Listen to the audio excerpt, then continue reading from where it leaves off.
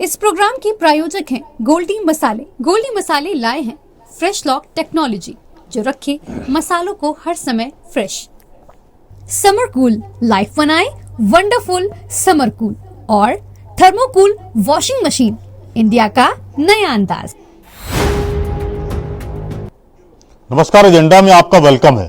सड़कों की आबो हवा कोयले की भट्टी जैसी तपिश का एहसास करा रही है। कमोबेश यही स्थिति अब घरों की भी होती जा रही है। अप्रैल यानी वैसाख में इतनी भीषण गर्मी जिंदगी पर भारी पड़ रही है। सुबह पौ फटते ही सूर्य की तलखी हीट वेव का आभास करा देती है। एक्सपर्ट कह रहे हैं इस प्रचंड गर्मी के लिए इंसान ही जिम्मेदार है और कोई एक फैक्टर इसके लिए उत्तरदायी नहीं है। अलबत्ता क्लाइमेट चेंज, वॉर, शहरों में कंक्रीट के पहाड़, गाड़ियां और एसी की गर्मी ने सूर्य की तीव्र ऊष्मा में आग में घी का काम किया है। लेकिन इसका सबसे बड़ा डरावना पहलू यह है कि अब की गर्मी से हीट इंडेक्स में जिस तरह का इजाफा हो रहा है, उसने पहली बार जिंदगी को बेदम करने का खुला ऐलान कर दिया है। क्योंकि हीट इंडेक्स यानी आभासी तापमान 50 डिग्री सेल्सियस पार कर गया है। पैमाना बताता है कि हीट इंडेक्स 41 पार कर गया तो जिंदगी के लिए खतरा शुरू। आखिर इतनी बड़ी भीषण गर्मी क्यों पड़ रही है, इसी पर एजेंडा में चर्चा करेंगे। चर्चा में मौसम विज्ञानी डॉक्टर एस.एन. सुनील पांडे जी होंगे, पर्यावरण विशेषज्ञ डॉक्टर प्रसीन शुक्ल जी होंगे और पर्यावरणविद ऋचा शुक्ला जी होंगी। ऋचा जी थोड़ी देर बाद में जुड़ेंगी। आप सभी मेहमानों का नमस्कार के साथ स्वागत है। पहले एक रिपोर्ट देख लीजिए। देश भर में गर्मी ने अपने तेवर दिखाने शुरू कर दिए हैं। उत्तर भारत में हीट वेव का असर साफ नजर आ रहा है। कहीं तापमान 41 डिग्री के पार पहुंच चुका है तो कहीं प्रशासन लोगों को राहत देने के लिए खास इंतजाम कर रहा है। राजस्थान के धौलपुर में गर्मी ने हालात और ज्यादा गंभीर कर दिए हैं। पिछले 5 दिनों में तापमान 41 डिग्री सेल्सियस के पार बना हुआ है। तेज धूप और लू के थपेड़ों ने जनजीवन को पूरी तरह प्रभावित कर दिया है। यूपी के रायबरेली में हीट वेव को लेकर जिला प्रशासन पूरी तरह अलर्ट मोड पर है। नगर पालिका परिषद की ओर से शहर में 5 स्थानों पर कूलिंग पॉइंट बनाए गए हैं, जहां लोगों की राहत के लिए कूलर और ठंडे पानी की व्यवस्था की गई है। वहीं चंदौली जिले में भी तेज धूप के चलते दिन में सड़कों पर सन्नाटा पसरा है। गर्मी से राहत पाने के लिए लोग हर तरह की कोशिश कर रहे हैं। शासन एवं जिला प्रशासन के निर्देश के क्रम में हीट वेव से बचाव हेतु नगर पालिका क्षेत्र में नगर पालिका द्वारा कुल 5 कूलिंग पॉइंट बनाए गए हैं। इसके अतिरिक्त 16 स्थानों पर प्याऊ की व्यवस्था की गई है। जानवरों के भी लिए पेयजल की व्यवस्था के लिए 10 चौराहों पे हौद रखवाए गए हैं। अगर कहीं आवश्यकता अगर पड़ती है तो अन्य स्थानों पे भी जो अस्थायी रूप से प्याऊ चाहे पेयजल की व्यवस्था कराई जाएगी। देखिए, जो अभी पिछले एक हफ्ते से जिस तरीके से हीट वेव चल रही है और इतनी तेज धूप हो रही है, आप समझ लीजिए कि सुबह 7:30-8 बजे भी एकदम तेज धूप लग रहा है। रोज दिनचर्या के जो काम है वो प्रभावित हो चुके हैं, क्योंकि किसी भी काम से अगर कभी आना जाना पड़ता है, घर में सर सामान लाना है, कहीं शादी विवाह में आना जाना, बहुत दिक्कत हो रही है, बहुत परेशानी है। तापमान तो 40 डिग्री का पार ही हो चुका है और रोज़मर्रा का काम है, घर परिवार चलाना है, काम करना है तो काम तो करना ही पड़ेगा। और जो है कि अब ये जूस वगैरह के सहारे आदमी चल रहा है। जहाँ है देखिए गर्मी का धूप इतना हो गया कि गमछी लेके चलना पड़ रहा है। और जो है कि मतलब पानी का भी बहुत किल्लत है, पानी का किल्लत है, गैस का उतना ही प्रॉब्लम है, बिजली का देख ही रहे हैं, बिजली का भी। यूपी के महाराजगंज जिले के परिषदीय विद्यालयों में भीषण गर्मी के बावजूद छात्रों के लिए पर्याप्त इंतजाम नजर नहीं आए। वहीं बिहार की राजधानी पटना में भी हीट वेव को देखते हुए जिला प्रशासन ने प्राइमरी स्कूलों का समय बदला है। स्कूल के टाइमिंग के संदर्भ में बदलाव किया गया है, जो बढ़ते गर्मी के चलते प्रतिदिन मॉनिटरिंग किया जा रहा है और जैसे मौसम के रूप रहेगा उस हिसाब से आगे निर्णय लिया जाएगा। आज के हिसाब से तत्काल 25 तारीख तक हम लोग 11:30 तक किए हैं और प्राइमरी सेक्शन का ही किए हैं प्राइमरीली। और अगर ऐसा कोई बदलाव रहेगा तो उचित निर्णय समय पर लिया जाएगा। पेयजल को लेकर के जो चापाकल मरामती टीम भी हम लोगों ने निकाला हुआ है। पीएचडी के माध्यम से चापाकल मरम्मती भी हो रही है। नगर निकाय को भी निर्देश दिया गया कि कहीं भी पेयजल का समस्या नहीं होना चाहिए। अभी समय परिवर्तन भी किया गया है इन सभी विद्यालयों में, जो 7:30 से 12:30 हो गए हैं। और इसके अलावा हमारे विभाग से भी अभी समय परिवर्तन का एक आदेश भी जारी हुआ है। इसके अलावा हम लोग बच्चों को, हमारे जो पेरेंट्स हैं उनके और हमारे जो शिक्षक हैं, खंड शिक्षा अधिकारी, उन लोग को निर्देश दिए गए हैं कि समय समय पर जो हमारे विद्यालय समय के दौरान बच्चे रहेंगे उनके लिए पर्याप्त जो सुविधाएं हैं, चाहे पानी की सुविधा हो, चाहे शेड की सुविधा हो, ये इंश्योर किया जाए। यदि लग रहा है कि कोई बच्चे को गर्मी में कोई दिक्कत आ रही है तो उसके लिए फर्स्ट एड के माध्यम से भी हम लोग ने सुरक्षा की दृष्टिगत चीजें रखाई गई हैं विद्यालयों में। देश भर में हीट वेव का कहर जारी है। इस बीच कहीं राहत के इंतजाम हैं तो कहीं व्यवस्थाओं की कमी है, लेकिन एक बात तो साफ है कि गर्मी अभी और भयानक होने वाली है। ऐसे में सतर्कता और सावधानी बेहद जरूरी है। पांडे जी, मेरी आवाज आ रही है आपको? आवाज आ रही है आपको? बिल्कुल, बहुत बढ़िया आ रही है सर। पांडे जी, इस बार क्या गर्मी जान निकाल लेगी? क्या गर्मी जान निकाल से अब की बार हमारे देश के जो कुल दुनिया के 100 शहरों में 92 शहर हमारे भारत के हैं जो सबसे ज्यादा गर्म है। और इस गर्मी का कारण एक फैक्टर नहीं है, इसके जो सबसे बड़ा फैक्टर है वो जो हीट इकट्ठी हो गई है धरती पर। जो जब हाई प्रेशर होता है हवाओं का, एंटी साइक्लोन बनते हैं, तो इन दशाओं में होता क्या है कि हाई प्रेशर से हमारी एयर कंप्रेस हो जाती है, और जब एयर कंप्रेस होती है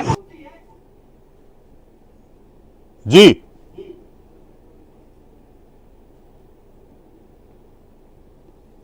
पांडे जी आपका नेट प्रॉब्लम कर रहा है। मैं प्रसून सर आपसे भी थोड़ा चर्चा करना चाह रहा था। प्रसून सर, शुरुआत पांडे जी ने अधूरी कर दी है, लेकिन मैं आपसे जानना चाह रहा था, क्या इंसान इस पूरी गर्मी के लिए खुद ही दोषी है क्या? ऐसी तलखी अगर आप देखें तो गर्मी जो है वो शरीर में चुभ रही है, मुश्किल हो रही है। आप घर के अंदर रहें या घर के बाहर रहें, दोनों स्थितियों में मुश्किल हो रही है। आपको सांस लेने में भी मुश्किल हो रही है। आपकी जो पूरी बॉडी की एनाटॉमी है उसे बर्दाश्त करने में थोड़ा नाकाम सी दिख रही है। क्या आपको लगता है?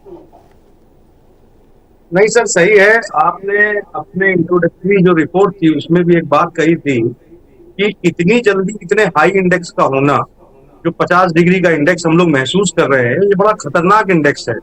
और जी, अगर हम ऐसे देखें इसको, जो पांडे जी बात कहना शुरू कर रहे थे, हालांकि नेटवर्क उनका चला गया, बात उनकी बिल्कुल ठीक है। और हम लोग अगर देखें, जो आपने मुद्दा छेड़ा है, ये कहीं ना कहीं सारी चीजों का समावेश, जो हम ग्लोबल वार्मिंग वर्ड यूज करते हैं या हम कहते हैं कि क्लाइमेट चेंज, तो मेरे हिसाब से अगर आप बात करें तो क्लाइमेट चेंज जो है वो एक्चुअली में कॉन्सिक्वेंस है लगातार होते ग्लोबल वार्मिंग का। सर जो बात कर रहे हैं तो वो भी एक इम्पैक्ट है कि जब हम देख रहे हैं कि इस समय हमारे पास लगातार पैटर्न बदलता चला जा रहा है। पिछले 25-30 सालों में ये पैटर्न बड़ा फ्रीक्वेंट हो गया है कि हर दूसरे तीसरे साल मौसम में पानी का कम होना और गर्मी का बढ़ जाना, ये एक कॉमन सी चीज हो गई है। और लगभग विश्व के सभी देशों में, जैसे अभी कल मैं IMD की एक रिपोर्ट पढ़ रहा था कि जो 20 हॉटेस्ट शहर है उसमें से 19 भारत के। अब आप बांदा का ही टेम्परेचर देखिए, 47 साढ़े 47 के बीच में रिकॉर्ड किया जा रहा है। अरे दूर किया जाए, कानपुर में 42-43 कांस्टेंट बना हुआ है।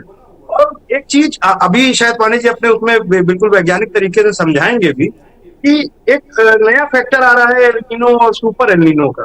तो ये जो एल-नीनो और सुपर एल-नीनो के इफेक्ट है, ये और बराबर लगातार हम लोग महसूस कर रहे हैं। अपनी बेल्ट में भी दिखाई दे रहे हैं, पहले भी होते थे, ऐसा नहीं एल-नीनो कोई बड़ी नई चीज है। क्लाइमेट का ये एक काम है, वो नॉर्मल काम है। ट्रेड विंड का मूवमेंट का रिवर्सल जो है वही एल-नीनो है। लेकिन एल-नीनो की जो कॉन्सिक्वेंस की प्रेडिक्शंस आ रही है वो ये कहती है कि अक्टूबर नवंबर तक प्रिवेल करे। और ये चीज हम देखते हैं कि गर्मी जो बढ़ रही है उसमें बहुत सारी चीजें, जैसे धरातल पे हम आए और हम बात करें तो धरातल पे हम बातें तो बहुत तरीके की कर लेते हैं, लेकिन अगर हम अपने डेवलपमेंटल प्रोजेक्ट्स को, अपनी हरकतों को, अपनी आदतों को देखें तो हीट बढ़ाने का काम कहीं ना कहीं हमारे तरफ से भी बहुत ज्यादा होता है। लगातार हमारे एसीज के पैरामीटर चेंज हो रहे हैं। मैं पिछले 10 सालों से देख रहा हूँ, अब एसी में एक नई चीज जुड़ के आने लगी है बीई के कॉन्फ़िगरेशन के साथ, even works at 50 degree centigrade. मतलब उनको जैसे मालूम है कि 50 डिग्री सेंटीग्रेड तक मौसम जाएगा और उस समय भी आपका एसी काम करेगा। आने वाले टाइम में देखिएगा ये एक पैटर्न आएगा कि 50 डिग्री सेंटीग्रेड का जो पैरामीटर है वो उसमें चलेगा।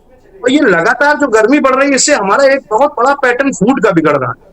जो फूड प्रोसेसिंग इंडस्ट्रीज है या जो हमारे किसान हैं, इनको बहुत नुकसान होता है। इसको हम लोग समझ नहीं पाते हैं, क्योंकि हम लोग के लिए तो क्या है, थोड़ा सा मूल्य बढ़ा, हमने उसको देख के चीज को परचेज कर लिया।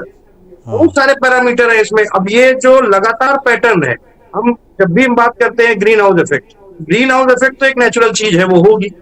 जब हम बात करते हैं ग्लोबल वार्मिंग की, तो ये उसका इफेक्ट है, ग्लोबल वार्मिंग भी होगा, लगातार ग्रीन हाउस इफेक्ट है, ग्लोबल वार्मिंग करेगा। लेकिन आप सोचिए, हम बात करते करते चले आए और ये हम जानते हैं कि इसका दुष्प्रभाव जो है वो कहलाता है क्लाइमेट का चेंज होना, जिसको हम लोग बहुत तेजी से महसूस कर रहे हैं। और हमारी कोस्टल बेल्ट से लेके अब तो हमारे मैदानी इलाकों तक इसका असर आने लगा है। पहाड़ों में हम पहले ही देखते चले आए, जहां पे आया टेम्परेचर वहां पे ग्लेशियर्स की मेल्टिंग शुरू हुई, पानी की प्रॉब्लम शुरू हुई, बहुत सारे रिसोर्सेज में समस्याएं शुरू हो रही। लेकिन एक सबसे बड़ी चीज जो थोड़ी जल्दी हम लोग को दिखाई दे रही है कि जैसे हम लोग पढ़ाते हैं कि सुपर एल्निनो का क्राइटेरिया जो होता है वो 2 डिग्री का अगर हमारा राइज आता है तो उसको सुपर एल्निनो कह देते हैं। तो वो 2 डिग्री की इंक्रीज जो है, जो हमारा समुद्र का सरफेस है, वो ऑब्जर्व किया जा रहा है और लंबा ऑब्जर्व किया जा रहा है। तो उसका प्रेडिक्शन अभी देखिए, कुछ दिन पहले भी ये हुआ था। अगर हम देखें तो सन 1950 से ये इवेंट 4 बार ऑब्जर्व किया गया है, लेकिन इधर 10-12 सालों में 2-3 बार ऑब्जर्व किया जा रहा है। यानी एक फ्रीक्वेंट चेंजेस हो रहे हैं। आप साइक्लोनिक मूवमेंट देखिए, आप कहीं पर देखिए, जब उसका इम्पैक्ट भी है कि अगर हम कहते हैं लैंडस्लाइडिंग हो रही है, बहुत सारी चीजों का एक इम्पैक्ट है जिसको अब हम लोग वाकई में जिसकी बात करते थे वो हमारे सामने खड़ा है। उसको हम डे टू डे ऑब्जर्व करते हैं। गवर्नमेंट को मजबूरन स्कूल का टाइमिंग घटाना पड़ रहा है, उसको ये एक एडवाइजरी देनी पड़ रही है। और लगभग हमें कहना चाहिए कि 20 से 25 स्टेट्स में ये एडवाइजरी जारी है कि आप कोशिश करके दिन के टाइम को बचाएं, क्योंकि सीधी धूप है, हाई हीट इंडेक्स है, ये बॉडी पे बड़ा नेगेटिव इम्पैक्ट डालता है, डिहाइड्रेट होता है आदमी। लेकिन आप कभी सोच के देखिए कि हमारी जनसंख्या में कितने ऐसे प्राणी हैं, अगर हम बात करें भारत के देश में, जो इस चीज को फॉलो करके अपना जीवन यापन कर सकते। उनको मजबूरी में निकलना है, उनको काम करना है, चाहे बच्चे हो चाहे बड़े हो, बहुत बड़ा क्लास है, उनको दिन में काम करना ही पड़ता है। अगर वो दिन को काट देंगे तो उनकी, ये कहते हैं ना, दैनिक जो जीवन चलाने की, जो उनकी पैसा कमाने की जो जरूरत है वो बंद हो जाएंगी। लेकिन हाँ, ये भी बात है कि इसको कंट्रोल करना बहुत जरूरी है, लेकिन बड़ा अब कठिन होता जा रहा है। इसके पीछे बहुत सारे फैक्टर है। जैसे अभी हम देख रहे हैं कि लगातार हम लोग बात जरूर करते हैं, लेकिन गवर्नमेंट के भी बड़े लंबे लंबे प्रोजेक्ट चल रहे हैं। अभी मैं पढ़ाई देख रहा था, उसको एक वो कोई निकोबार का प्रोजेक्ट है, उसके लिए सुप्रीम कोर्ट में भी पड़ा हुआ है। लेकिन 100-150 किलोमीटर के एरिया का फॉरेस्ट क्लियर हो रहा है। उधर आप देखिए, चाहे वर्सोवा का सी लिंक के लिए मैंग्रोव ट्रीज का क्लियर होना, जबकि मैंग्रोव ट्रीज जो है अपने आप में अपना एक इकोसिस्टम बना के रखते हैं। तो बहुत सारे फैक्टर्स हैं। इंडिविजुअली तो आप भी जानते हैं, कहने की बात नहीं, ये तो चलिए ऑन रिकॉर्ड है। इंडिविजुअली कितना पेड़ कटता है जब भी कोई डेवलपमेंट प्रोजेक्ट आता है। इंडिविजुअल जब आदमी कहीं कंस्ट्रक्शन करता है तो करता है, ये बात ठीक है, उसका प्लांटेशन होता है, लेकिन अभी तो वो चीज कम हो गई ना। आप खुद सोच के देखिए, वो इंडेक्स को बढ़ाने में उसका फैक्टर भी तो आया। तो फैक्टर्स की लिस्टिंग करना और उस पर काम करना बहुत जरूरी है। दूसरी चीजें, बुनियादी बात है, हम लोग आदतों से तो खैर खुद ही हार चुके हैं। आदतें हम लोग कभी बदल नहीं सकते। लगातार चलना एसी का, लगातार गाड़ियों का बढ़ते चला जाना। इस समय तो ये चीज होनी चाहिए कि कार पूलिंग मैंडेटरी कर देनी चाहिए, डीजल पेट्रोल व्हीकल को खत्म करने की बात करनी चाहिए, ज्यादा हमारे इलेक्ट्रिकल व्हीकल्स पे आना चाहिए, क्योंकि ये चीजें और इंडेक्स को बढ़ाने में काम करती हैं, घटाने का काम नहीं करती। आप एसी की भी बात करें तो उसका टेम्परेचर सेटिंग यूनिट्स लगा देनी चाहिए कि भाई एसी 24 के नीचे जाएगा ही नहीं, क्योंकि ये भी हीटिंग और उसमें खतरा भी होता है। इतने हाई इंडेक्स में अगर आपकी ड्राइव्स चल रही हैं, वो उसको क्रैश करने का खतरा है, उसका एग्जॉस्ट यूनिट जल सकता है, और बहुत जगह ऐसे इंसिडेंट होते भी हैं। आने वाले टाइम में देखिएगा, क्योंकि जब हीट इंडेक्स बढ़ता है तो ये फैक्टर्स आते हैं।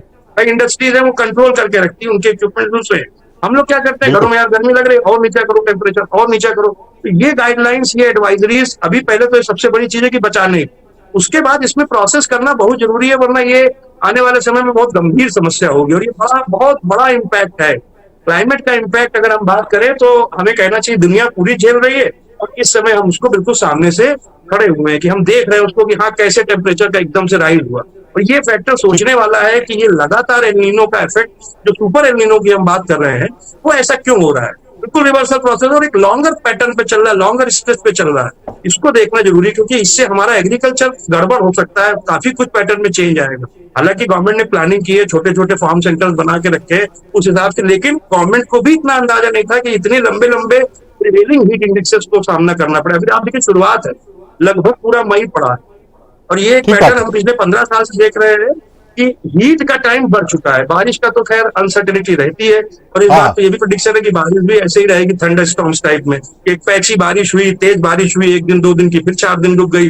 अभी आपने देखा अप्रैल में जो बारिश हुई, मेरे ख्याल से तो बहुत दिनों बाद हमने इतना तेज तगड़ा थंडर स्टॉर्म देखा था 4 अप्रैल वाला। मतलब बिल्कुल बुनियादी ही हिल गई थी। ऐसा लगा कि कई साइडों के शहर में ही पेड़ उखड़ गए, बिजली की लाइन हम पड़ रही, ठीक होने में 4 दिन लगे सब तरीके से। तो ये चीजें देखने वाली हैं, इस पे काम करना बहुत जरूरी है। और ये बात बिल्कुल सच है कि ये जो भी पैटर्न है, ये क्लाइमेट का जो पैटर्न है, ये एक दिन का सेट पैटर्न नहीं, ये एक्चुअली में ग्रीन हाउस इफेक्ट के जो जनरेटेड ग्लोबल वार्मिंग है उसका बहुत बड़ा कॉन्सिक्वेंस है। और कहना नहीं चाहिए, हमारी जनरेशन है जो हर चीज देख रही है, लॉकडाउन से लेके सारी चीजें देखी है। तो ये हम लोग लकी कहें या अनलकी कहें, लेकिन हमारे पास एक मौका भी है इसको सुधारने का। भगवान ठीक अगर बात 4 चीजें देता है तो उसके ऑप्शन भी देखता है। मतलब आपको कुछ करना है, वरना नेक्स्ट जनरेशन आपको ही ब्लेम करेगी, यार ये आज की बात थोड़ी ना है, तो 20 साल से हो रहा था। अब तो डाटा चढ़ाए जाएंगे ना कि हाँ भाई बांदा में 47 डिग्री पहुंचा था 26 अप्रैल को। अब वहां पे लिखाया जाएगा कि इंडेक्स 50 डिग्री ऑब्जर्व किया गया था 30% कंट्री के डाइवर्सिटी में। आईएमडी ने रिलीज किया था कि हाँ ये इंडेक्स बढ़ चुका है, ये एडवाइजरी पे आप जाएं। तो ये डाटा अब हम नहीं छुपा पाएंगे, ये डाटा हो चुका है सर्कुलर, तो इस पे काम करना बहुत जरूरी है मेरे हिसाब से। ठीक बात। हाँ, शुक्ला साहब अभी आपके पास आते हैं, तफसील से भी बात करेंगे। जी। पांडे सर, ओपनिंग रिमार्क्स आपका अधूरा रह गया था, मैं इस पे एक बात और जोड़ रहा हूं। शुक्ला सर ने एक बात कही कि अब जो एयर कंडीशनर आ रहे हैं उसमें 50 का एज्यूम कर लिया गया कि 50 का टेम्परेचर होगा बाहर। क्या आप कह रहे हैं, क्या हमको गर्मी की तलखी झेलनी ही पड़ेगी क्या? पांडे सर, पांडे सर, मुझे लगता है नेटवर्क की प्रॉब्लम अभी भी है। ऋचा जी, क्या मुश्किल जो घड़ी है, हमने तो बहुत कैजुअल अप्रोच से दुनिया को चलते हुए देख रहे हैं, क्या आपको लगता है यही जो हम लोगों को लगता है ना कि हम सुविधा भोगी हो गए हैं, वही हमारे लिए आफत बनेगा क्या? बिल्कुल सर, ये अभी जो सर ने पॉइंट गिनवाए वो बिल्कुल ठीक है। उसका जो एक टर्म मैंने पिछली बार भी जब हम लोगों ने डिस्कशन किया था सर, एक वर्ड यूज हुआ था अर्बन हीट। ये जो बढ़ता हुआ तापमान है, ये अर्बन हीट, इसका मतलब अर्बन हीट का ये रिजल्ट है। अर्बन हीट मतलब ये जो हम लोग आज कंक्रीट के जो जंगल जो बनाते चले जा रहे हैं, बिल्डिंग्स हैं, रोड्स हैं, ये सब क्या करती है, हीट अब्सॉर्ब करती है। और जब ये हीट अब्सॉर्ब करती है, एक तो ये हीट अब्सॉर्ब करती है, प्लस जो एसीज हैं और जो भी इलेक्ट्रिक इक्विपमेंट्स हैं, ये क्या करते हैं, ये भी हीट रिलीज कर रहे हैं। तो ये ओवरऑल जो टेम्परेचर है अर्बन एरियाज का, इनकी वजह से इंक्रीज हो रहा है। प्लस हमारे सॉइल जो हैं वो मॉइस्चर जो है ना सर, वो खोती जा रही है। आप खुद देखिए, जमीन में अब नमी नहीं बची है, जमीन की नमी जो है खत्म होती जा रही है। आप देखिए पहले जमाने में सर क्या होता था, अगर धूप लू चलती थी तो हमारे बड़े बुजुर्ग जो थे आंगन में या बाहर पानी जो थे वो डालते थे, ताकि उससे छू के जब हवा आए तो वो हमें ठंडी महसूस हो, है ना। अब एक तो ये कल्चर तो खैर बचा ही नहीं। हमारे एक नेचुरल जो मॉइस्चर होता है जो सॉइल में, वो हमारे बिल्कुल खत्म हो चुका है। The reason again is urbanisation और डिफॉरेस्टेशन। हमने जंगल खड़े कर दिए और पानी निकालना शुरू कर दिया। जो पेड़ थे जो पानी बांधते थे, हमने उनको भी खत्म कर दिया। तो सर ये कोई एक दिन का परिणाम नहीं है, ये हम लोग जो लगातार हमारी हैबिट्स थी, ये उसका हम रिजल्ट जो है वो हम देख रहे हैं और भुगत रहे हैं। और ये बात बिल्कुल सही है सर, अगर प्रॉब्लम्स हमने क्रिएट करी हैं तो सोल्यूशन भी हम ही दे सकते हैं, क्योंकि ये बात सच है सर। अगर ऐसा हम लोगों ने नहीं सोचा कि हम इसका कुछ सोल्यूशन निकालें, हमारी आने वाली जनरेशन हम लोगों को बहुत ज्यादा कोसेगी कि हमने उनके लिए नेचर से के मतलब कुछ भी नहीं छोड़ा, नेचुरल सब कुछ हमने यूज कर लिया। हम उनको सिर्फ एक खाली खोखली धरती देके चले जाएंगे। ठीक बात कह रही हैं आप। पांडे जी, मेरी आवाज आ रही है आपको? आपका फोन म्यूट है, अनम्यूट करिए उसको, अनम्यूट करिए पांडे जी। पांडे सर, नेटवर्क की प्रॉब्लम आपकी लग रही है, कहीं ऐसे जगह बैठ के बात करिए तो आपकी बात जरूर आनी चाहिए। शुक्ला सर, प्रसून सर, एक बात हम आपसे जानना चाह रहे थे, जब इतनी गर्मी पड़ती है तो क्या आपको लगता है, ठीक है पर्यावरण में, वातावरण में बहुत दिक्कत आती है, हमारे सॉइल पर भी क्या आपको लगता है एडवर्स इफेक्ट आ रहा है क्या? क्योंकि बहुत सारे किसान ये बता रहे हैं कि जो हमारी खेती का जो प्रोसेस है उसमें बहुत सारा बदलाव आ गया। अब जब गेहूं कटना था तो बारिश हो गई, तूफान आ गया, सब चौपट हो गया।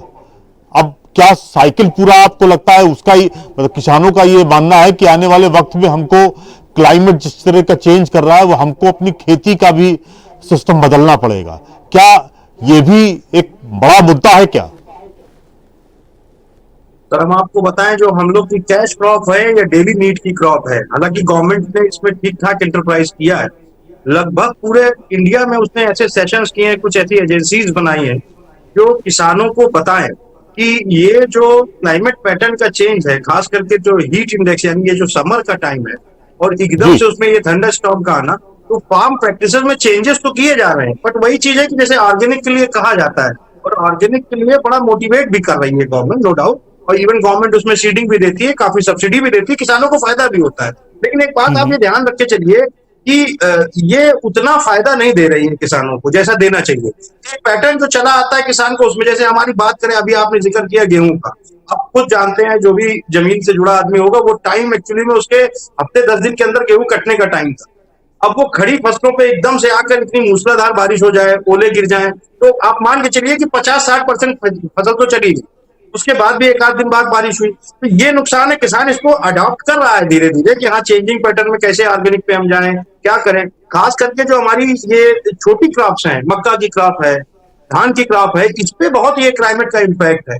और ये बिल्कुल सच बात है, हीट इंडेक्स जब भी बढ़ेगा तो सॉइल का मॉइस्चर तो खोता है। अच्छा, दूसरी बात, जिस पैटर्न पे वो खो रहा है उस पैटर्न पे वो रिचार्ज नहीं हो रहा, क्योंकि रेन का पैटर्न आप ये मान के चलिए फिक्स नहीं है। गर्मी का पैटर्न फिक्स है, हाँ ये जरूर है कि हीट इंडेक्स 45 या 55, 50, 40 के ऊपर का हीट इंडेक्स तो नॉर्मल बात है, 42-44 नॉर्मल बात है। लेकिन इस बार जो हीट इंडेक्स इतनी अर्ली छू गया है, ये चिंता की बात है। लेकिन रेन का अनसर्टेन होना, क्योंकि ये बात ऐसा नहीं है कि आप याद करिए, हम लोग की एसएसटी किताबों पढ़ाई जाती थी कि भारत के मानसून को सन की मानते हैं, क्योंकि वो उसका कोई पैटर्न ही नहीं क्लियर है। बट ये जो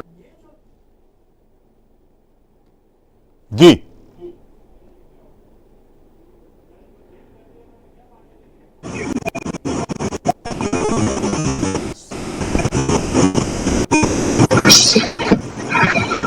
ऋचा जी, ऋचा जी, ऋचा जी, आवाज आ रही है मेरी? ऋचा जी, मेरी आवाज आ रही है सर? हाँ हाँ, आपकी आवाज आ रही है। ऋचा जी, एक बात मैं आपसे जानना चाह रहा था कि बहुत सारी चीजें हो रही हैं, मौसम, पर्यावरण प्रदूषण है, तमाम और दिक्कतें हैं, क्या आपको लगता है आधी आबादी की तरफ से, मतलब आप तो महिला हैं, उस तरह का इनिशिएटिव लिया जा रहा है कि कम से कम अब गर्मी पड़ रही है तो लोगों को एहसास हो रहा है कि पेड़ पौधे लगाइए, हमको कहीं ना कहीं फ्रेंडली अप्रोच रखनी होगी पर्यावरण के लिए, पेड़ पौधों के लिए, ये अब सोच रहे हैं लोग। जब 44 और 45-46 के आसपास टेम्परेचर हो रहा है, हम ये सोच रहे हैं, लेकिन जैसे ही चीजें नॉर्मल होंगी फिर 40-41 आएगा, 1-2 दिन बाद वेस्टर्न डिस्टर्बेंस बताया जा रहा है, तो फिर हम लोग भूल जाएंगे। क्या आपको लगता है ये वक्त नहीं आ गया है कि अब बहुत गंभीर होकर अब इस पर चिंतन करना ही होगा और सबको गंभीरता से संजीदा होकर, संवेदनशील होकर आगे बढ़ना होगा? जी बिल्कुल सर, एक्चुअली में जो आपने बात की बिल्कुल सही बात है। अभी क्या है, जब प्रॉब्लम आती है, जब हमारे सर पे समस्या खड़ी होती है, तो हम उसका समाधान खोजते हैं, उसके रीजंस फाइंड आउट करने की कोशिश करते हैं। बट हम थोड़ा सा भी कंफर्ट जोन में अगर आ जाते हैं, हम फिर से उन चीजों को भूल के हम अपनी डेली लाइफ में लग जाते हैं। बात यही है सर आज भी कि ये सिचुएशन जो आज हमारे सामने आज खड़ी हुई है, ये एकदम से खड़ी नहीं हुई सर, धीरे धीरे धीरे धीरे हमने उसको कर पे ला के खड़ा कर दिया है। अब आप अगर पूछे महिलाओं की बात सर, मुझे नहीं लगता इसमें कोई जेंडर की बात है, चाहे महिला हो चाहे पुरुष हो सर, संवेदनशील तो कोई भी नहीं है। कोई संवेदनशील नहीं है। अगर थोड़ी सी भी भारतीयों में इसके प्रति होती, या ऑल ओवर वर्ल्ड अगर हम कह लें ह्यूमंस में इनके प्रति होती कि हमें अपने एनवायरनमेंट के लिए कंसर्न दिखाना है, तो सर आज सिचुएशन कुछ दूर होती। एक्चुअली में एनवायरनमेंट एक कंसर्न से ऊपर एक फैशन का वर्ड बन गया है। आप कभी भी देखिए कोई वृक्षारोपण का कार्यक्रम होगा, लोग उसमें वृक्षारोपण से ज्यादा चित्र, मतलब जो पिक्चर्स हैं वो क्लिक करवाना ज्यादा पसंद करेंगे। कोई भी इको से रिलेटेड, एनवायरनमेंट से रिलेटेड कोई भी प्रोग्राम्स होते हैं, लोग उसको एज अ फैशन, जिसको कहते हैं ना, पब्लिसिटी के लिए यूज ज्यादा करना चाहते हैं। धरातल उसका काम नहीं करता कोई। अगर थोड़ा सा भी हो रहा होता सर, तो आज हमारी और जो है ना हम लोग की चर्चा का विषय भी थोड़ा सा बदल गया होता। ये बड़े बेसिक मुद्दे हैं, पर बात ये है ये बेसिक मुद्दे ही कोई नहीं समझ रहा है। ऋचा जी, जिस तरह से हम लोग कैजुअल अप्रोच में बात आगे को बढ़ा रहे हैं, आने वाले वक्त में अब ठीक है, बहुत सारी बातें बढ़ेंगी, आगे बिगड़ेंगी भी, तमाम सारी बातें कही जा रही हैं, और कुछ मौसम वैज्ञानिक तो ये कह रहे हैं कि अगर हम यही सिचुएशन रही, यही हालात रहे, तो 2027 मतलब 27-28 के बाद हम लोग सामान्य तौर पर 46-47 का टेम्परेचर सभी शहरों में, यानी खासकर उत्तर भारत में जरूर देखेंगे। तो इस तरह का जो एजम्पशन है, वो क्या आपको लगता है कि ये मुश्किल संभव है क्या? बिल्कुल संभव है, क्योंकि सबकी वेस्टर्न डिस्टर्बेंसेस की वजह से एक्चुअली उत्तर भारत का जो मॉनसून है वो बहुत, जो वेस्टर्न डिस्टर्बेंसेस है, जो पश्चिम से जो हवाएं आती हैं हमारे इधर, क्या कहेंगे, अफगानिस्तान पाकिस्तान से होते हुए इंडिया में जब आती है, तो वो उसको बहुत रेगुलेट करती हैं, गर्मी को सोखेंगी। अभी जो हमारी जो फसल थी उसके लिए ये बहुत इंपॉर्टेंट थी, वो डिस्टर्ब हो रही है। वो पैटर्न पूरा इस समय डिस्टर्ब हो चुका है। और हो क्या रहा है सर, ईयर बाय ईयर, अगर ईयर वाइज हम अगर इसको देखें तो ये बिल्कुल डिस्टर्बेंस का एक पैटर्न हमें दिखेगा। ये पिछले 10 सालों से पीछे की ओर खिसकता चला जा रहा है। मतलब इसी वजह से जो गर्मी है वो बढ़ती चली जा रही है, ये उसी का रिजल्ट है। और आने वाले टाइम में अगर हमने जो विकास है, अगर हमने इसको सस्टेनेबल डेवलपमेंट में कन्वर्ट नहीं किया, अगर हमने सिर्फ बिल्डिंग्स बनाने पे ध्यान दिया, अपने एनवायरनमेंट पे ध्यान नहीं दिया, सर इसका बहुत बुरा परिणाम हम भुगतेंगे। आज सिर्फ हम पानी खरीद रहे हैं, आप कभी कभी देखिए पिक बन के आती है जिसमें ऑक्सीजन बेचते हुए लोग दिखाई देते हैं, और सर वो सच में वो दिन दूर नहीं है कि ऑक्सीजन स्टेशंस भी लगवाने पड़ेंगे। भाई आज देखिए ना कितनी प्रॉब्लम्स हम लोगों को सांस लेने की वजह से, पल्यूटेड एयर की वजह से, इनकी वजह से हो रही हैं लोगों को। अच्छा बताइए, आज जब हम लोग छोटे थे, हम लोगों ने कभी सोचा कि पानी के इतने ब्रांड्स आ जाएंगे? कभी नहीं सोचा था। आज देखिए पानी के कितने ब्रांड्स आ गए। पानी तो है सर, वो तो हमें नेचर ने फ्री दिया था, लेकिन उसको भी हमने जब बुरे गलत तरीके से उपयोग किया तो आज हम उसको भुगत रहे हैं। The same thing with air also, हम उसको भी पल्यूट कर रहे हैं। वो हमारे जीने के लिए बहुत जरूरी है। अगर इसी तरीके से उसका उपयोग बल्कि कहता तो वो दिन भी दूर नहीं है तो हमें हवा भी खरीदनी पड़ेगी। हमारी बेसिक नेसेसिटी है जो हमारे जीने, सर्वाइवल जिस पे है हमारा टिका हुआ है, क्योंकि नेचुरल रिसोर्स का दोहन है सर, वो आने वाली जनरेशन्स के लिए बहुत खराब है। हम उनको कुछ भी ट्रांसफर नहीं कर रहे। हमको हमारी जनरेशन ने फिर भी बहुत अच्छा एनवायरनमेंट दिया था, हमने उसको बिल्कुल तहस नहस कर दिया है। आप सॉइल मॉइस्चर ले लीजिए, आप बताइए रेन वाटर हार्वेस्टिंग है, कम से कम एटलीस्ट हम रेन वाटर हार्वेस्टिंग के थ्रू हम सॉइल मॉइस्चर को रिटेन, जो जलस्तर है उसको मेंटेन कर सकते हैं, सॉइल मॉइस्चर बना रहे। पर जितने पुराने भी तरीके से, चाहे तालाब सर आज कभी कहाँ मिलते हैं, तो गांव में भी जहाँ पे खेत हैं वहां पे भी तो नमी तो खो ही रही है ना खेत, इसी वजह से। हम ये ठीक अच्छी बात है कि हम एग्रीकल्चर के नए मेथड्स अपनाएं, बट कम से कम जो सस्टेनेबिलिटी उनमें होनी चाहिए कि वो हमें लॉन्ग टर्म में रिजल्ट्स दें, उनको भी ध्यान में रखना चाहिए। सिर्फ अभी के प्रोडक्शन पे ध्यान नहीं देना चाहिए। ठीक कह रही हैं प्रसून सर, मेरी आवाज आ रही है आपको?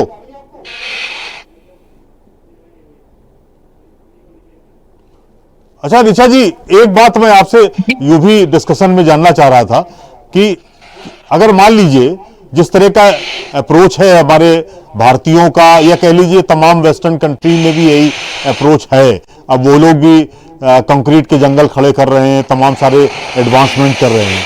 क्या आपको लगता है कि इस पर होमवर्क हो रहा है कि जिस तरह का क्लाइमेट चेंज हो रहा है, जिस तरह का हीट वेव या कह लीजिए हीट का जो इंडेक्स बढ़ रहा है, हम उसको थोड़ा सा कम करें, इस पर कहीं कोई फोकस या कोई चर्चा करते हुए आपको दिखता है क्या?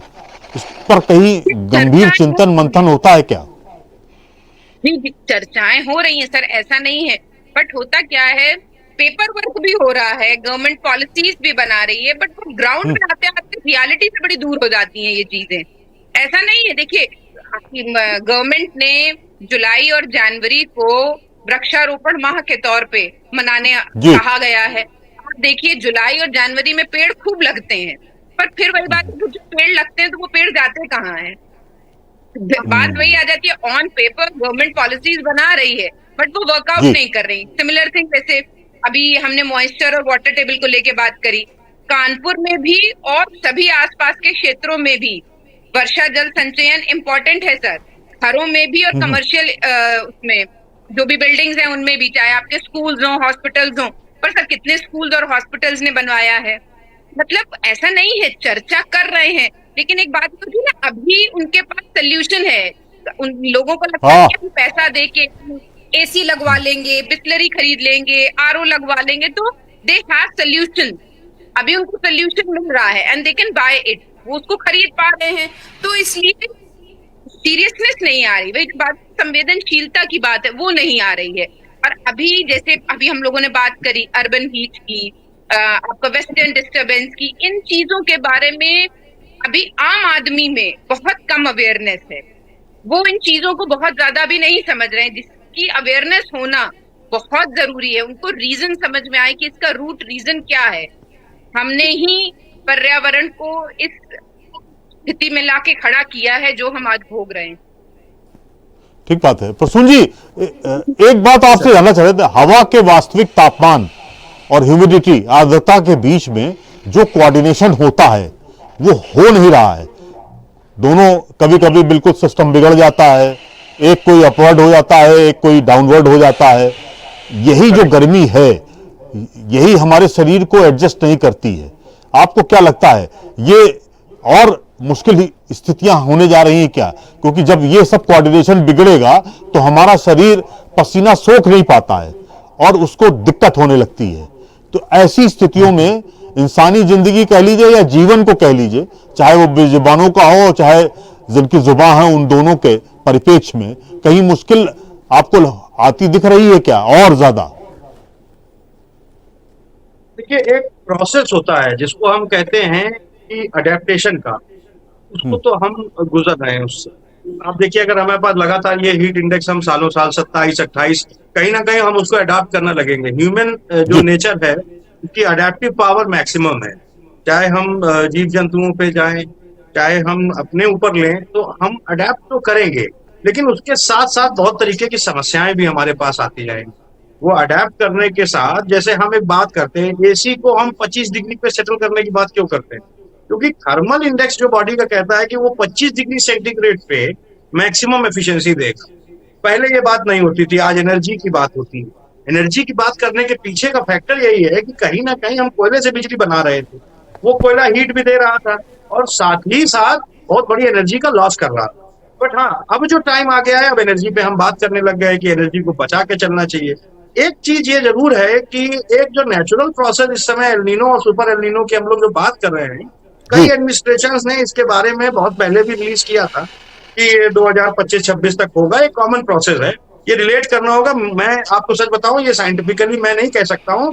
ये जो नोवा एक एजेंसी है एटमॉस्फेयर की और ये ओशन एटमॉस्फेयर की, उसने ये प्रिवेल करके दिया है कि ये कंडीशन जो रिवर्सिंग, एक्चुअल में एल नीनो है क्या, ये ट्रेड विंड्स का बदलना होता है। जो नॉर्मल डायरेक्शन अगर चलता रहे तो गर्मी अपने टेम्परेचर पे जाके तू छा के लौट आएगी। लेकिन अभी क्या हुआ है, एल नीनो के टाइम पर क्या होता है, उल्टी हो जाती है हवाएं, यानी जो हवा हमारी चल रही होती है जिस दिशा में, उससे पलट के चलने लगती है। अब इस वजह से हमारे यहाँ क्या होता है कि हमारे यहाँ हाई प्रेशर का एरिया जनरेटेड है, खास करके ऑस्ट्रेलियन बेल्ट में, हल्की से हमारी एशियन बेल्ट में। और उसका इम्पैक्ट है क्योंकि इंडिया ऑलरेडी बड़ा प्रोन रहा है, पहले से डिक्लेयर था, अल गोर ने भी डिक्लेयर किया था, उनके भी रिकमेंडेशन पे है आईपीसीसी कमेटी ने भी किया था इंडियन पैनल क्लाइमेट चेंज में। इंडिया में उड़ीसा से सबसे पहले आपको ऑब्जर्व होगा कि किस तरीके से क्लाइमेट हमारा बदल रहा, वहां पे साइक्लोनिक थंडरस्टॉर्म, और ये देखिए शुरुआत हो गई थी उस समय, और धीरे से रहा था सब जगह, लेकिन ये हमें अलार्मिंग मैसेज आ गया था। गवर्नमेंट ने उसको हिसाब से अपनी पॉलिसी को करना शुरू किया।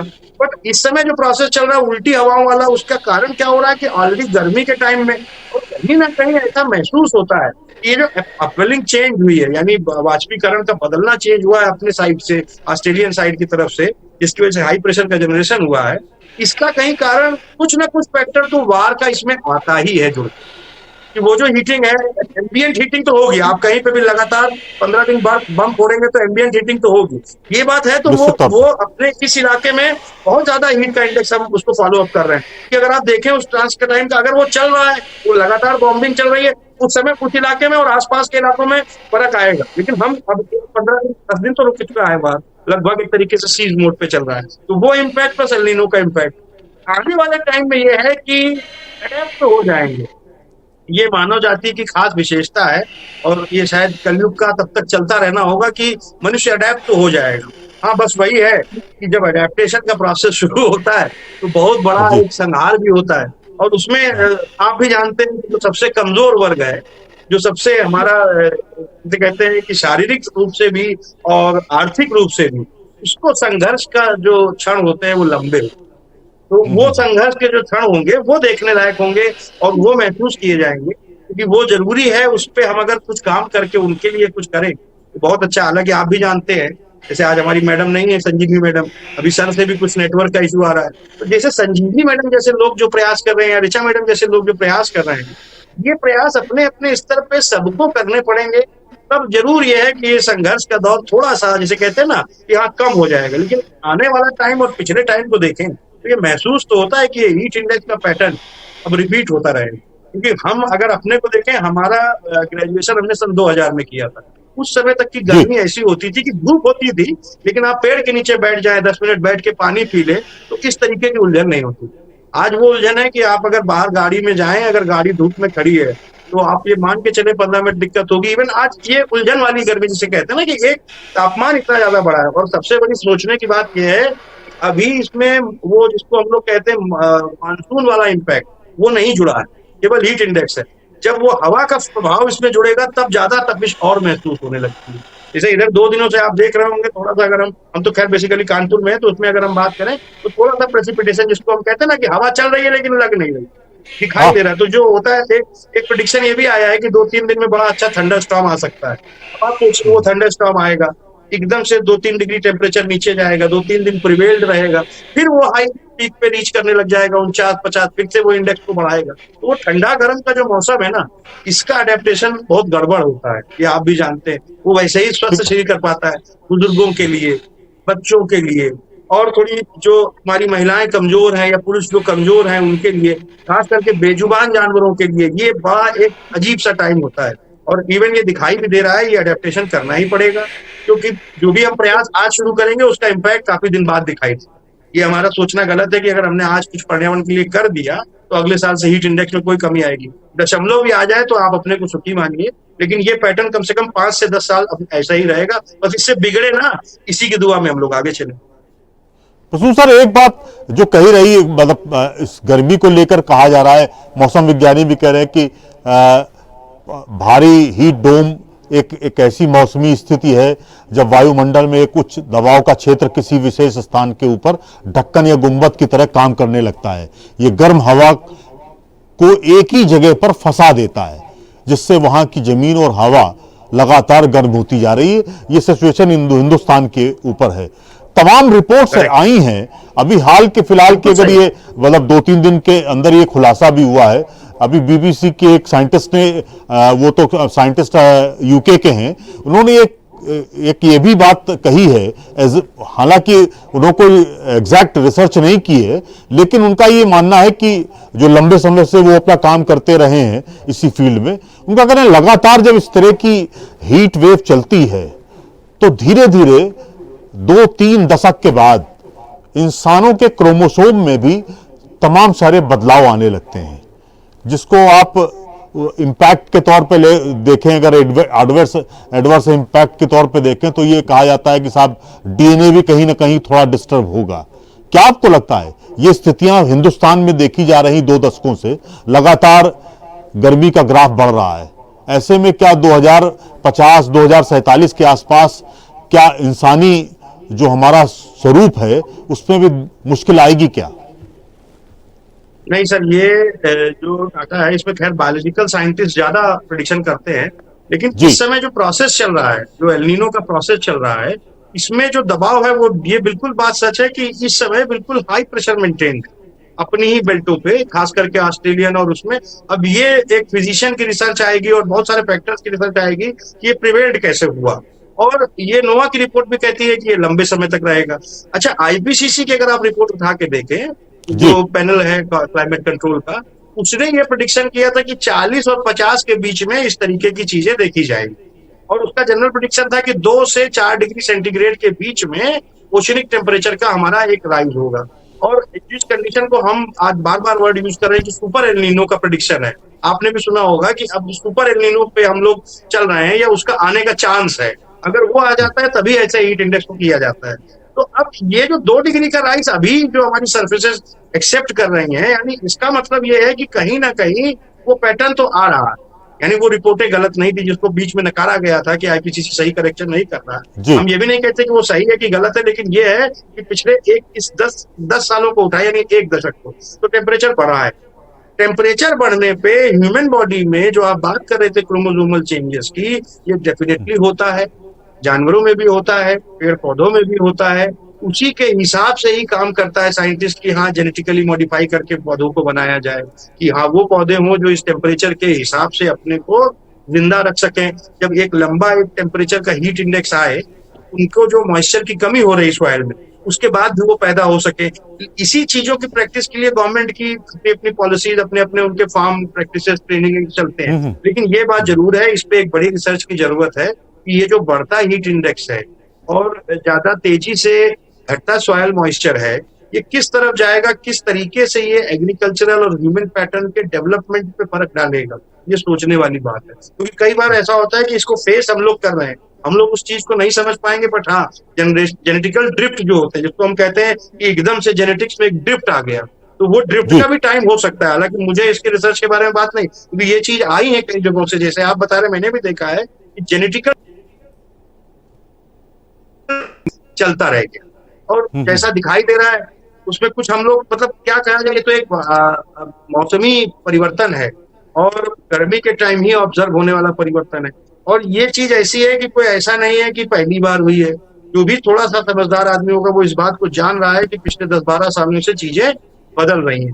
किसी भी आप क्लाइमेट में जाओ, जाड़ा भी जाएगा तो बहुत कोल्ड होने लग जाता है। यानी आप प्रेडिक्शन पैटर्न को नहीं ले सकते हो, आप ऑब्जर्वेशन पैटर्न को ही प्रेडिक्शन पैटर्न बनाओगे।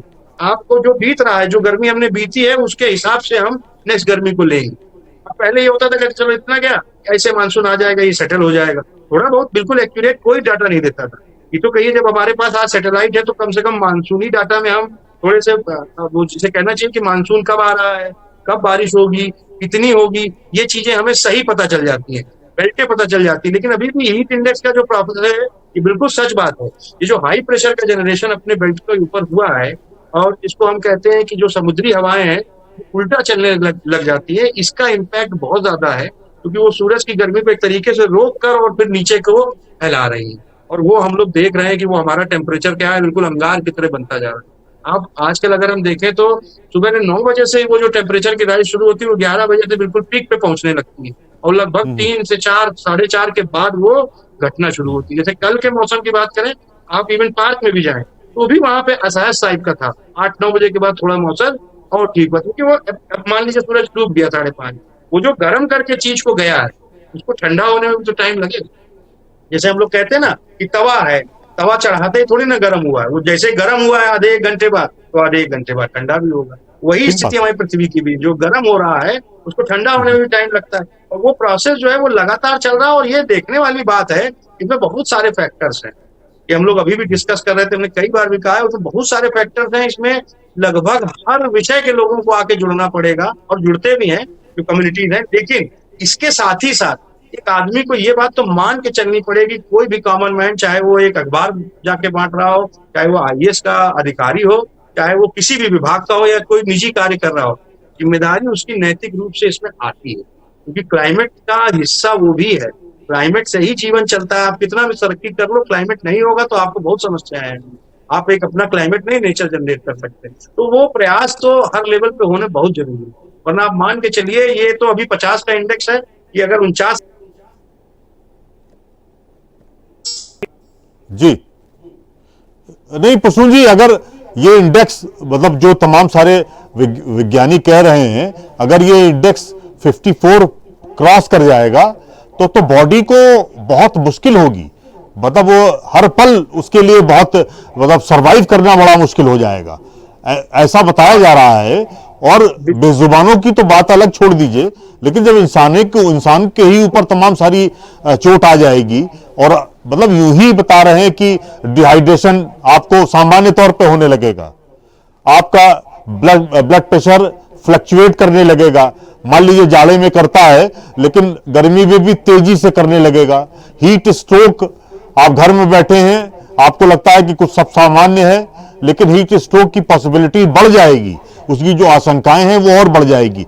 इस तरह का जो तमाम बातें कही जा रही। एक बात हम और आपसे जानना चाह रहे थे शुक्ला सर, कि एक कहा जाता है ना कि डॉक्टरी पेशे में एक समय था कि मनोरोग को लेकर बहुत ज्यादा अवेयरनेस नहीं थी, उसकी फैकल्टी मेंबर बहुत कम थे, उस ओर स्टूडेंट्स का रुझान ज्यादा नहीं था।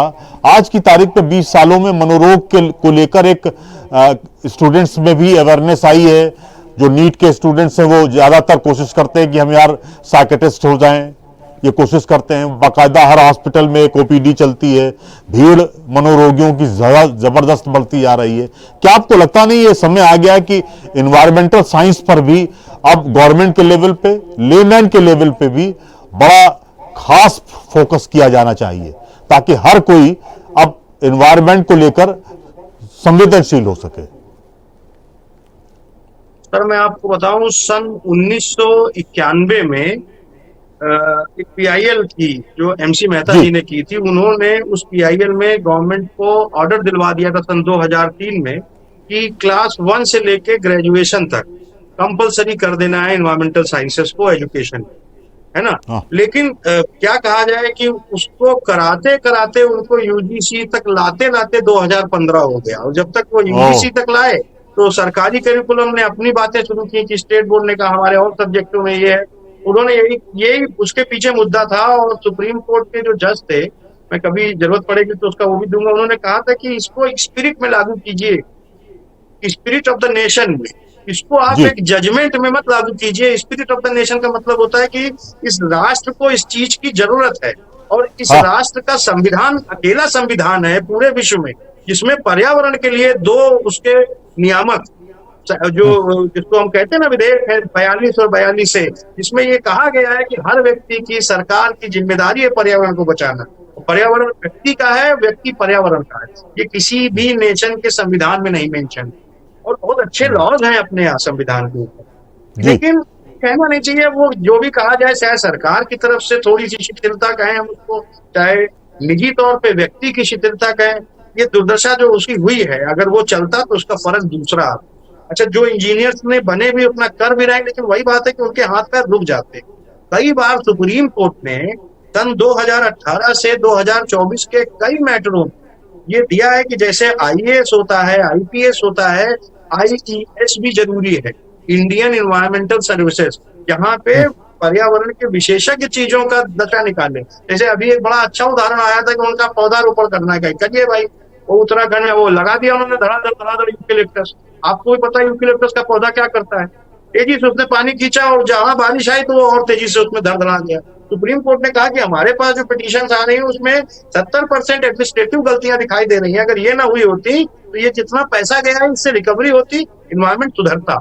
लेकिन अब ये तो एक ऐसी चीज है कि इस पे हम सरकार के उस पे कुछ नहीं कह सकते। बिल्कुल ये बात सच है कि इन्वायरमेंटल एजुकेशन को क्लासेस तक तो करना जरूरी है, क्लासेस से बाहर निकालना भी जरूरी है। आपका जो दूसरा पॉइंट था 54 वाला, ये बिल्कुल सच बात है। देखिए, बॉडी भी एक रेंज पे काम करती है।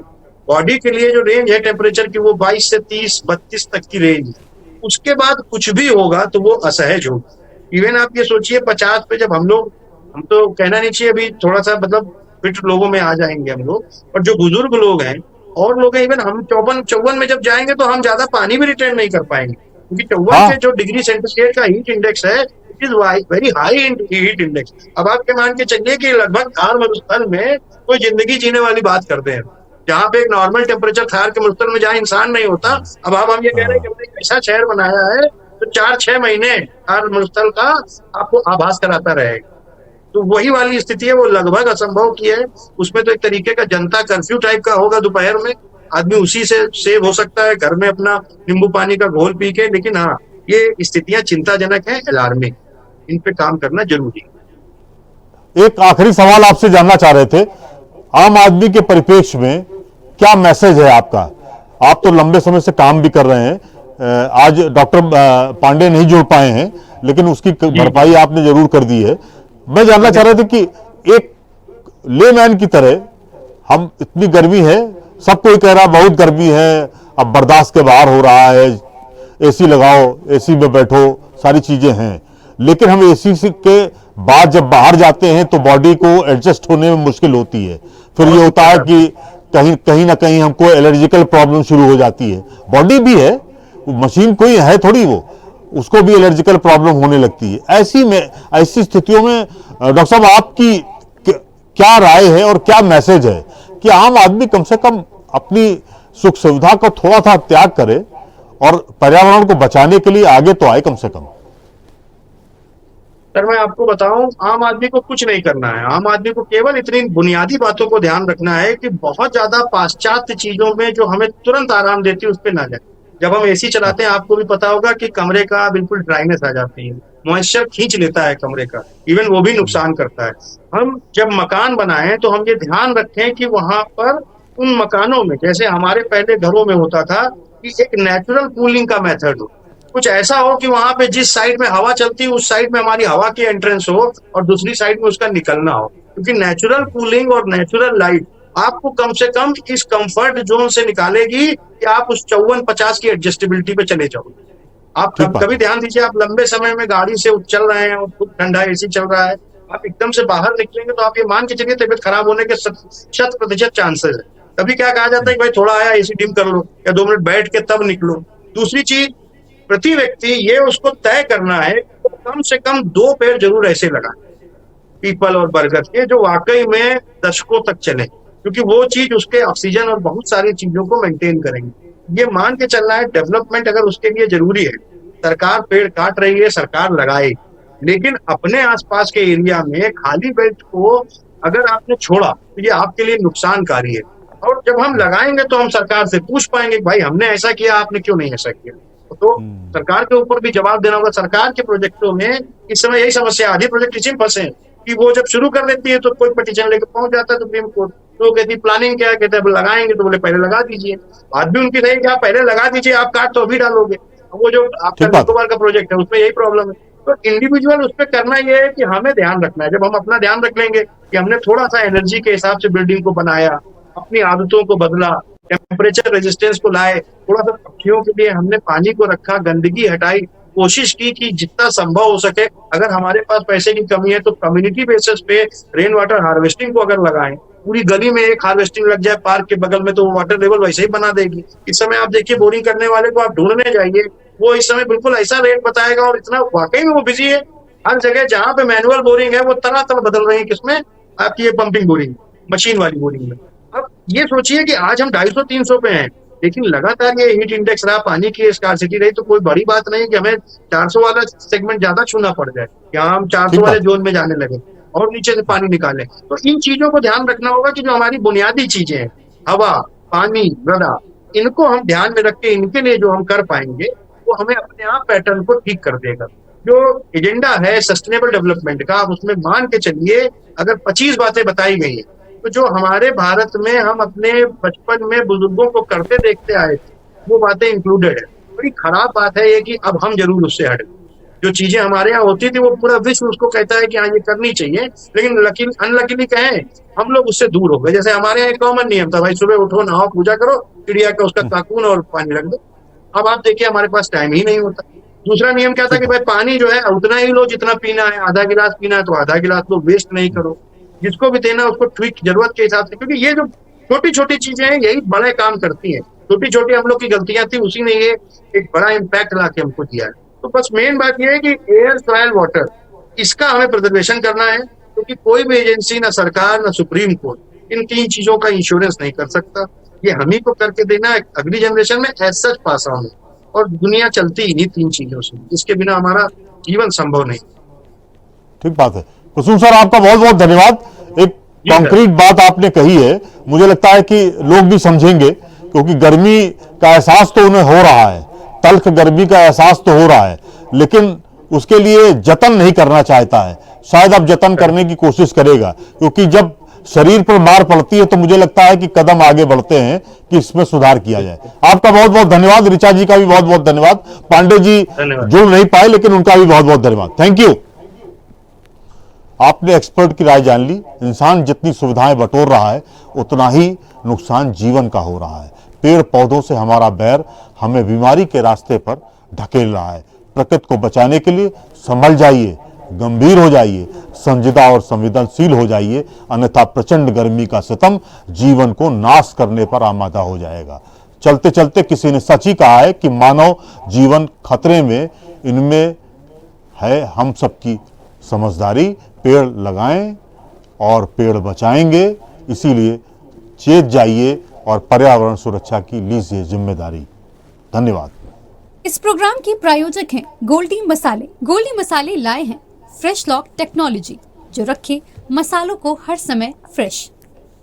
समर कूल लाइफ बनाए वंडरफुल समर कूल, और थर्मोकूल वॉशिंग मशीन, इंडिया का नया अंदाज।